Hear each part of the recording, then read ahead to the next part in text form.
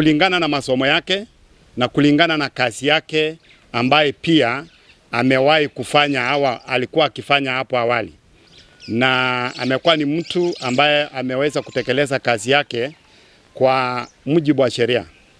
Na kwa hivyo sisi pia kile ambayo imetulete hapa, tunapongeza sana rais wa nchi kwa sababu ya uteuzi ambaye aliweza kupendekeza Esekon aweze kuchukua hiyo nafasi. Kwa hivyo tunashukuru rais.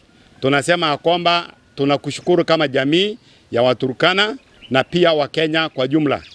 Na pia nataka kuambia Martha Karua ya kwamba sisi ni wa Kenya kama jamii ya Waturkana, kama vile wewe pia umetoka katika jamii ya Wakirinyaga, wewe pia ni Mkenya.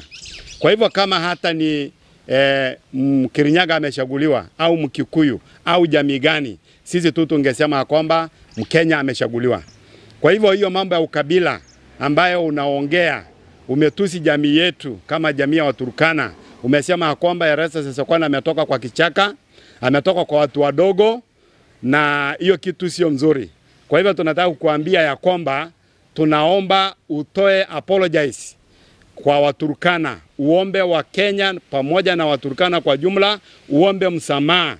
Na kama hautaomba msamaha within 7 days, sisi kama jamii ya Waturkana kutoka Samburu County, wale wako pale, kutoka Isiolo County, kutoka Laikipia, kutoka Marsabit, kutoka pia Nakuru, sisi tutafanya maandamano mpaka wewe utoe msamaha, na hapo ndio tunaweza kusikiza.